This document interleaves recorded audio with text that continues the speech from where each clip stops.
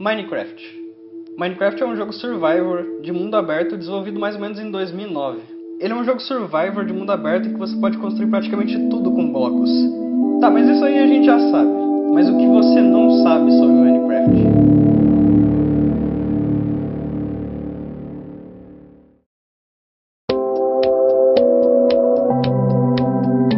Só pra adiantar, antes da gente começar a falar das coisas mesmo, aqui eu não vou falar, tipo, daquelas curiosidades, tipo, alguns mobs só podem ser spawnados no modo criativo, esse mob pode ser spawnado aqui, ou então só pode ser spawnado com comando. Não, essas coisas assim você pode procurar em outros canais de curiosidade. Aqui eu acho que eu vou um pouco mais fundo, mas eu vou tentar explicar algumas coisas mais técnicas. Não tão técnicas também, né? Você vai entender, confia em mim. O Minecraft introduziu... Nossa, eu sou muito maduro, né, cara? O Minecraft introduziu um conceito muito diferente de criação de mundos, que até agora alguns jogos só tinham feito dessa maneira, que se chama geração procedural. Basicamente é a geração de terrenos infinitos no jogo. Logicamente que eles não são infinitos de verdade, né? Na verdade, essa geração de terrenos infinitos no Minecraft na verdade, um algoritmo, né? Uma fórmula para você gerar terrenos novos e randômicos dentro do game. Então, eu vou explicar um pouco mais a fundo. A geração procedural que eu falei antes no Minecraft, ela é baseada em Perlin Noise. O que é isso? Perlin Noise é uma técnica criada por Ken Perlin. Ela é uma espécie de textura aleatória. Normalmente ela era usada para personagem, mas ela ficou muito comum nos terrenos dos games. Se você mudar, por exemplo, um parâmetro, alguma coisinha dos números que estão ali para você colocar, ela muda já totalmente o terreno.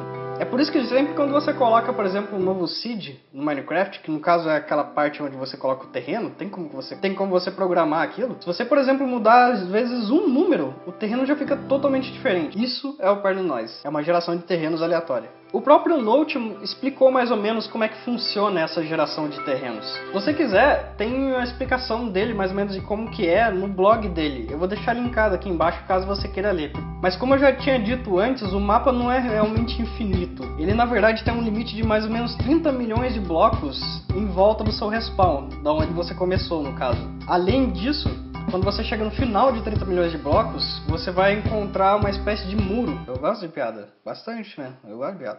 Além desse muro, o que você vai encontrar são as Farlands. No caso, esses lugares, eles não são lugares em que você deveria estar no Minecraft. Porque os blocos ali não têm física, eles não têm interação com outros objetos. Então depois que você ultrapassa isso, você chega nas Farlands e os blocos perdem as propriedades físicas. Então você não tem às vezes como tocar no bloco, então fica caindo pra sempre, vê através dos blocos. É uma merda, é muito feio, mano. Nem queira ver esse negócio. Ou quer também, né, por curiosidade, vai lá ver.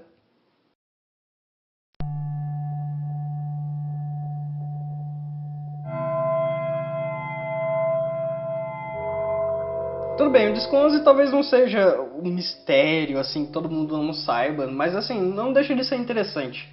Até porque ninguém exatamente sabe o que é o Disco 11 do Minecraft. Não, mas eu nunca vi esse Disco 11 no Survivor. Ele não existe. Então aí que está o seu dedo engano, meu amigo, porque ele realmente não existe no Survivor até onde eu sei. Talvez exista hoje em dia, né? Eu não sei mais como é que está o Minecraft direito. Ele mudou muito. Mas até onde eu lembro, ele só existe no modo criativo, tanto o 11 quanto o disco 13. E esse disco ele tem um áudio totalmente diferente dos outros. Ele foi originalmente feito por um dos compositores originais do Minecraft, que é o C418. Sim, esse é o nome artístico dele. E se você gosta do estilo de música do Minecraft, eu recomendo muito você ouvir os discos dele, porque são discos ó.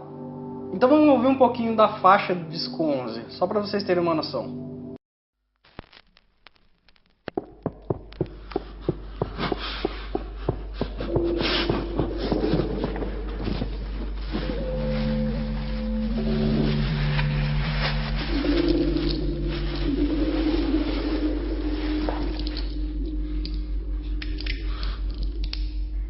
Mano, os caras ainda falam que esse jogo é pra criança. Imagina, eu vi isso aí de noite, mas eu cago de medo. Mas nossa senhora. Então, como eu disse, não se sabe exatamente o que se passa dentro do disco 11. Porque o que a gente consegue ouvir pelo áudio é que tem alguém correndo, isso a gente sabe com certeza, e que parece que ele está sendo perseguido por alguém. Então a gente não sabe se é o Steve correndo ou se, sei lá, se é o Herobrine, essas teorias que no caso essas coisas aí que eu acho que não existem, né? Mas então a gente não sabe muito bem o que tá se passando dentro do disco. E ele é muito confuso, é muito misturado, então você não consegue entender muito bem os sons. Alguns sons são difíceis de ouvir. Mas eu queria dizer pra vocês que não é só o disco 11 que é assim. O disco 13 também é. O famoso disco dourado. Ambos têm sons muito esquisitos e se você colocar eles, por exemplo, analisar dentro de um espectrograma, um programa que, digamos assim, enxerga o áudio que você está colocando, se você analisar elas separadas, você não enxerga nada. Mas se você colocar elas juntas, você não enxerga também. Eu pelo menos não enxerguei nada dentro do negócio. Cara, eu revirei esse espectrograma. Eu fui no Audacity, peguei, coloquei o negócio. Não sei se eu tô colocando nos programas certos, mas eu coloquei no espectrograma, revirei. Puta, como eu revirei aquele programa, cara. Nossa. E a única coisa que eu sei que é clara, porque eu não desisti. Eu não desisti dessa porra. Eu fui na internet, e na internet você encontra muitas teorias sobre o que é o disco 13 e o disco 11. E eles dizem que se você juntar os dois áudios num único espectrograma, você consegue ver. O que eu consegui ver realmente foi a assinatura do C418, que é o cara que fez o álbum do Minecraft. Isso é muito claro, e se você juntar muitas pistas na internet, você vê que realmente a assinatura do cara tá lá. Aí existem outras especulações dos caras achando o Enderman, o Herobrine, o caralho em cima dentro do espectro do áudio, que aí eu já não sei. Pra mim os caras estão vendo coisa ali, mas não sei. Depende. Mas assim, se você quiser discordar de mim e tiver a sua própria teoria, eu vou me sentir honrado de ler ela aqui embaixo nos comentários, se você quiser compartilhar ela também. Seria legal. Deixa nos comentários ela então, se você tiver.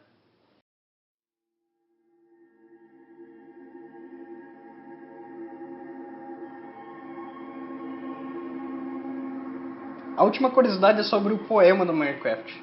Eu chamo ele de poema, no caso são os créditos finais do Minecraft. As últimas coisas que você vai ler quando você zera o jogo. E eu tenho uma relação muito diferente com esse final, porque a maioria das pessoas que eu vejo zerando Minecraft e encontrando o poema, às vezes elas ou ignoram ele, ou então, no caso, o jogo passa rápido demais pra você poder ler essa porra. Mas existe uma versão traduzida do poema. Eu vou deixar linkado aqui embaixo a versão traduzida do poema, pra você poder pausar e ler mais ou menos. Mas eu vou falar assim, por cima, o que é o poema. Não vou dar muito spoiler, não vai ter muita coisa. O poema fala mais ou menos sobre duas entidades que no caso se relacionam com o jogador, que no caso é você. Sobre a sua vida dentro e fora do jogo, sobre suas conquistas na vida, seu significado nela. Mas eles nunca revelam ao jogador a verdadeira realidade do mundo. No caso, o nosso mundo mesmo, não o mundo do Minecraft, que é o Overworld. Eu acho que muitas pessoas jogaram esse jogo e não deram uma atenção realmente pro que significa aquele poema. Acho que por ser um jogo de aparência meio infantil, eu acho que eles negligenciaram assim uma parte muito bonita do que tinha no final, do que não sei se na época foi o Note que preparou esse poema ou então a equipe da Mojang já tinha preparado alguma coisa, mas é um significado que pra mim uma criança, eu acho que ela não entenderia realmente o quão profundo é o nível do poema deles. E cara, quando eu comprei esse jogo, eu tinha mais ou menos 15 anos. E eu zerei o Minecraft, li o poema, e depois, quando eu fui ler agora de novo, com 21 anos, cara, é totalmente diferente. É uma vibe muito diferente. É tipo o Pequeno Príncipe, tá ligado? Quando você lê quando era criança é uma coisa, e depois você lê quando era adulto, nossa! Então assim, eu não acredito, por exemplo, quando as pessoas falam que Minecraft é um jogo de criança. Eu não acho que seja um jogo de criança. Eu acho que seja uma coisa a mais. Ele é uma arte. Ele é um jogo sobre o quão longe uma pessoa consegue chegar acreditando nos seus sonhos. Ele é sobre estar sozinho e acompanhado ao mesmo tempo. É sobre viver a sua vida e fazer algo que você gosta, algo interessante nela. Então ele não é só mais um jogo.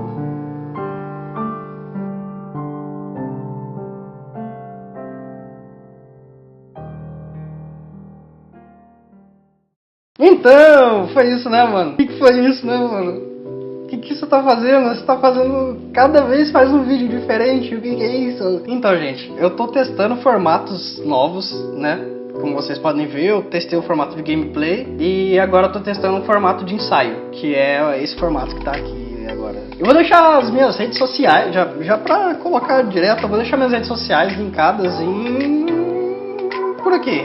Mas assim, não se assusta com o tanto de formatos que eu tô fazendo. No caso, os que vão ficar são os 3 formatos que eu já tinha. Então eu não tô parando com os vlogs, eu só não sei o que fazer mesmo, ou estou sem imaginação. Então vou ficar esses 3 formatos, que são a gameplay, os ensaios e os vlogs.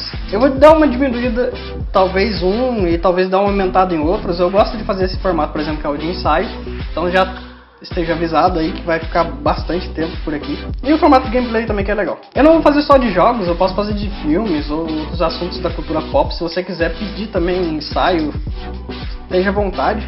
E eu acho que é isso então, né? Então valeu, mano. Obrigado por assistir. Deixa seu like se você gostou do vídeo. Se inscreve também e tchau!